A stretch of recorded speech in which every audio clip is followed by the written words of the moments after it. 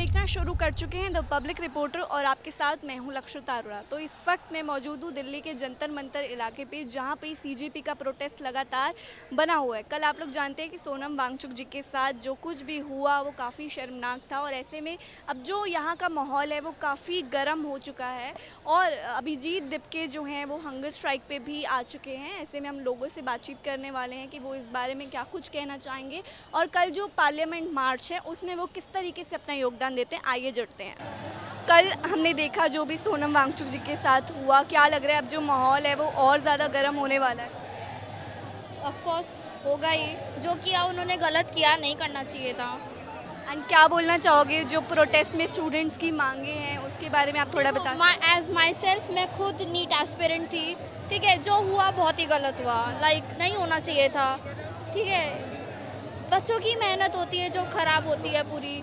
इतना साल दे रहे हैं हम लोग, अगर एक एग्ज़ाम को क्लियर करने के लिए मैंने 3 साल दिए, फिर भी कुछ नहीं हो रहा है। आपने कौन सा एग्ज़ाम दिया? NEET aspirant. तो फिर भी कुछ नहीं हो रहा है। तो अब गवर्नमेंट को कुछ ना कुछ एक्शन लेना पड़ेगा कि ये लीक रोके। इतने सारे बच्चे सुसाइड कर रहे हैं, वो सब भी देखना पड़ेगा ना। अगर गवर्नमेंट अकाउंटेबिलिटी नहीं रखेगी तो हम भी क्या ही कर सकते हैं, प्रोटेस्ट ही करेंगे और क्या। अभी अभिजीत दिपके भी भूख हड़ताल पे आ चुके हैं, क्या बोलना चाहेंगे उनके लिए भी आप? देखो, मैं तो यही कहूँगी, भूख हड़ताल करने से तो कुछ होगा नहीं, उनकी हेल्थ ही ख़राब होगी और कुछ नहीं। But he is doing for us, हमारे फ्यूचर के लिए तो अच्छी है। Kudos to him. एंड ये जो अभी की सरकार है बीजेपी, कहीं ना कहीं तानाशाही सरकार है। अब मैं कुछ बोलूँगी बस लोग मारने न आए। देखो, मोदी सरकार बिकी हुई है, सीरियसली उन्हें लेना चाहिए। Either they should leave this country and all, या फिर चेंज करो सिस्टम को। 10 साल से यही सिस्टम चल रहा है। 10 साल में 2015 से नीट का पेपर इतनी बार लीक हो चुका है, ठीक है। चाहे नीट का पेपर छोड़ो, अभी यूजीसी नेट का पेपर भी लीक हुआ, फिर स्टेट सारे एग्जाम लेता है वो भी लीक हो रहा है। करवा कौन रहा है? और मुझे तो ये समझ नहीं आता कि भाई पेपर खरीद के क्या ही मिलेगा। तुम्हें तो सीट मिल गई, बाकी हम जैसे बच्चों का क्या, जो इतना दिन भर रात जग के पढ़ रहे हैं, उनका क्या? ये कहीं ना कहीं एक स्टूडेंट की मांगे हैं जो आप चाह रहे हो सरकार से। सर, आप कुछ बोलना चाहेंगे इस प्रोटेस्ट के लिए? Yes ma'am, my name is MD Sagir Alam. कहाँ से आए हैं? मैं बिहार का रहने वाला, गया डिस्ट्रिक्ट का हूँ। कितने दिन से आप यहाँ पे जुड़े हुए हो? मैं यहाँ पास 7 डेज से मैं यहाँ पास रेगुलर हूँ। तो कहने का ये मतलब मैम है कि ये जो सरकार है, सरकार ये इतनी निकम्मी है कि 2014 से पहले आप देखेंगे ये इतना रिलीजियस पॉल्यूशन, जैसे हिंदू मुस्लिम सिख ईसाई ये सब नहीं होते थे। 2014 से पहले बच्चे लोग पढ़ाई में ज़्यादा फोकस करते थे। आज के डेट में 2014 के बाद क्या है कि जो भी सरकार अभी बीजेपी वर्तमान में चल रही है, वो पढ़ाई के मुद्दे को भटकाकर आरएसएस, बजरंग दल उसको लाकर मिडिल क्लास वाले को एजुकेशन से दूर रखकर आपस में वो लड़वाना चाहते हैं और वो सत्ता में रहने चाहते हैं। सत्ता में इसलिए रहना चाहते हैं कि अगर हम एजुकेटेड हो जाएंगे, अगर हम उनसे क्वेश्चन करना, सवाल करना अगर उनसे हम जारी कर देंगे तो वो उनकी वो जवाब दे नहीं पाएंगे। यहाँ पास कौन है? आपके फादर हैं कोई करोड़पति, या मेरे फादर हैं, सब मिडिल क्लास से आते हैं। आज हम लोग यहाँ जो प्रोटेस्ट कर रहे हैं, किस कारण कर रहे हैं? शिक्षा के कारण। आज हमारे भी 2 बच्चे हैं, किस लिए मैं यहाँ पास आया हूँ? अपने 2 बच्चे भविष्य के लिए आया हूँ कि आज अगर हम यूथ लोग नहीं खड़ा होंगे तो कल के डेट में वो बच्चे हमें गाली देंगे कि कल के डेट में जो प्रोटेस्ट हो रहा था आप वहाँ पास नहीं गए, आप वहाँ पास नहीं गए। आज हमारा ये हसरत देखना पड़ रहा है ये सरकार के सामने। तो मैं ये सरकार से ये कहना चाहता हूँ कि पहले कुछ संविधान को भी चेंज किया जाए कि जितने भी मंत्री बने, जितने भी विधायक बने, सारे एजुकेटेड बने। आज बिहार में अनपढ़ है, केंद्र में अनपढ़ बैठा हुआ है, तो हम आपको क्या एजुकेशन वो देगा? आप एजुकेशन मिनिस्टर किसको देखना चाहते हैं? हम एजुकेशन मिनिस्टर उसको देखना चाहते हैं जो देश को अच्छा शिक्षा दे। कोई नाम है आपके दिमाग में? राजू तलवार। राजू सर बहुत ही बेहतरीन। आज वो अपने लिए कुछ भी नहीं कर रहे हैं, वो हम लोगों के लिए कर रहे हैं, वो हम लोगों के लिए लड़ रहे हैं। सोनम सर जो भी हैं। और अभी अभिजीत दिपके भी भूख हड़ताल पे आ चुके हैं। अजीब दिपके भी पढ़ लिख कर वो अमेरिका में ऑलरेडी वो सेटल थे। जब उनको ललकारा गया उनको बोला गया तो वो अपना एक भारतीय नागरिक होने के कारण वो हम लोग के साथ कंधे में कंधा मिलाकर आज वो लड़ने का काम कर रहे हैं।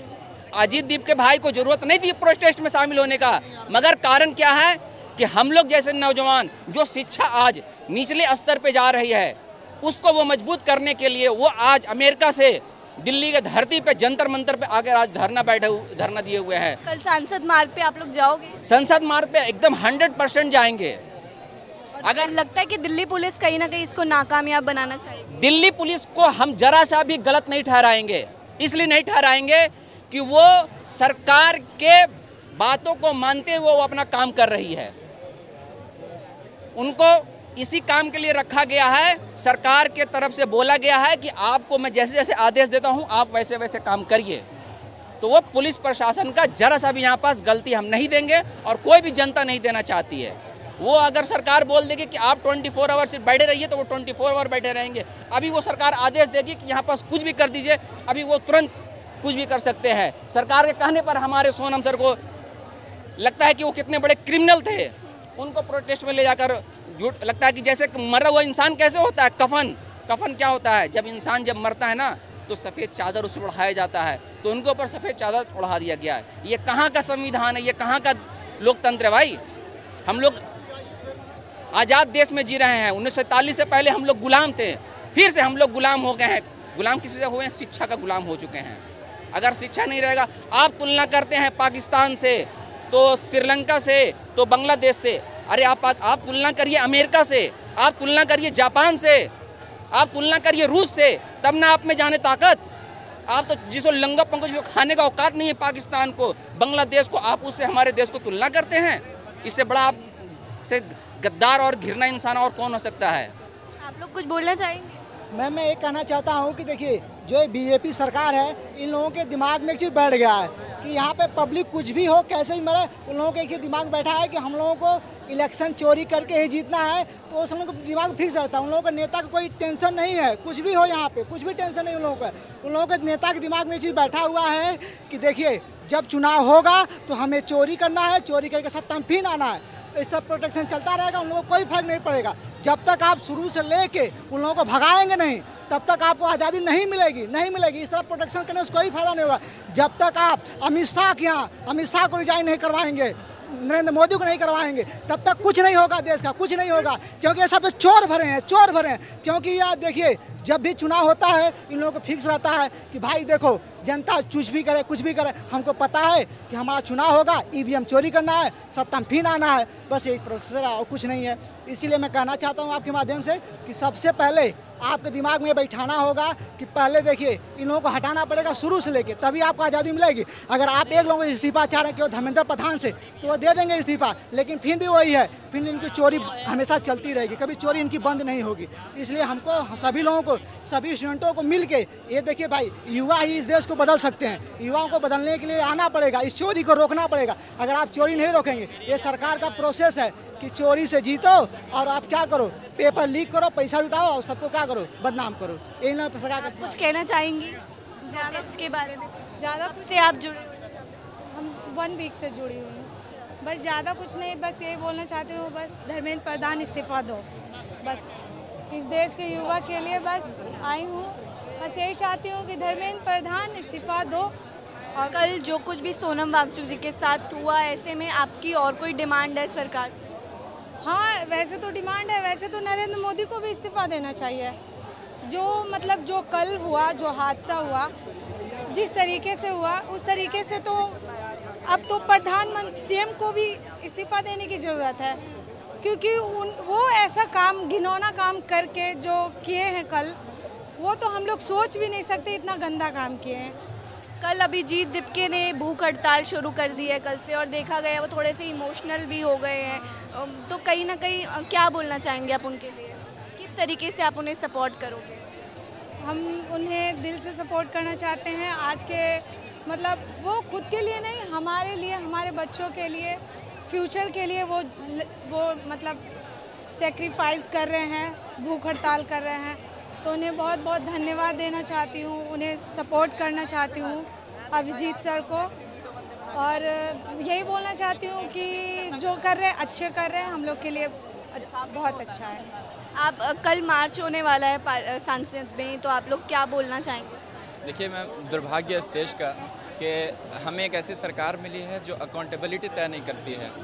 पहले भी सरकारें हुआ करती थी, पहले भी शिक्षा व्यवस्था में बिगाड़ हुए हैं, पहले भी कई तरह की घटनाएं घटी हैं, लेकिन पहले की सरकारों में अब की सरकारों में अंतर ये है कि पहले की सरकारें जिम्मेदारी तय करती थी। शिक्षा व्यवस्था में अगर कोई गड़बड़ी होती थी तो शिक्षा मंत्री का इस्तीफा होता था। हमने गृह मंत्री का इस्तीफा देखा अगर देश के राष्ट्रीय सुरक्षा में कोई खतरा हो। अभी की सरकार देखिए कि रेल हादसा होता है, रेल मंत्री का इस्तीफा नहीं होता है। स्वास्थ्य व्यवस्था में गड़बड़ी होती है, स्वास्थ्य मंत्री का इस्तीफा नहीं होता है। देखिए, शिक्षा व्यवस्था में गड़बड़ी हुई, शिक्षा मंत्री का इस्तीफा नहीं हुआ। तो ये प्रोटेस्ट बस इसीलिए हो रहा ताकि मंत्रियों की अकाउंटेबिलिटी तय की जाए, उनकी जिम्मेदारी तय की जाए। इसका मकसद, लोग पूछते हैं कि अगर इस्तीफा हो जाएगा तो क्या होगा। इस्तीफा होने से ऐसा नहीं है कि बहुत बड़ा परिवर्तन आएगा। परिवर्तन यह आएगा कि मंत्रियों के दिल में डर बैठेगा कि हाँ, अगर हम सही नहीं करेंगे, अगर सही काम नहीं करेंगे तो हमारा भी इस्तीफा मांगा जा सकता है, हमें भी हटाया जा सकता है। इस सरकार की सबसे बड़ी कमी यह है कि यहाँ किसी भी मंत्री को किसी भी चीज़ की डर नहीं है। मतलब जो मंत्री चाहता है जैसे चाह रहा काम कर रहा है, क्योंकि उसको विश्वास है कि प्रधानमंत्री का हाथ उनके सर पर है और प्रधानमंत्री के होते हुए, गृह मंत्री अमित शाह के होते हुए उनको कोई कुछ नहीं कर सकता। आप प्रोटेस्ट करें, आमरण अनशन करें, कुछ भी करें, उनकी जिम्मेदारी तय नहीं की जाएगी। तो ये कल का जो मार्च है, किस तरीके से आप लोग उसको सक्सेसफुल बनाना चाहेंगे? सोनम जी भी यही चाहते थे कि मैं इसको सक्सेसफुल बनाना चाहूँगा। देखिए, कल जो मार्च हो रहा है उसका उद्देश्य भी यही है कि शिक्षा मंत्री इस्तीफा दें।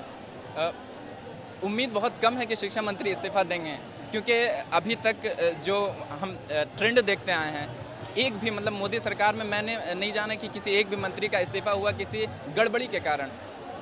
स्वेच्छा से बहुत सारे मंत्रियों ने इस्तीफा दिया, लेकिन किसी गड़बड़ी के कारण किसी मंत्री का इस्तीफा नहीं हुआ। तो कल लोग आ रहे हैं प्रोटेस्ट में शामिल होने के लिए, पैदल मार्च में शामिल होने के लिए, संसद का घेराव करने के लिए। देखना दिलचस्प होगा कि कैसे सरकार रिएक्ट करती है, सरकार का अगला कदम क्या होगा। लेकिन फिलहाल उम्मीदें कम हैं। जनता पे ज़्यादा, जनता का विश्वास, जो जनता का सपोर्ट, देखिए अगर जनता उठ खड़ी हो सरकार के खिलाफ तो सरकारें झुकती हैं। लेकिन इस सरकार के अंदर पता नहीं कौन सी कमी है कि ये सरकार किसी भी बात को मानने के लिए तैयार नहीं है।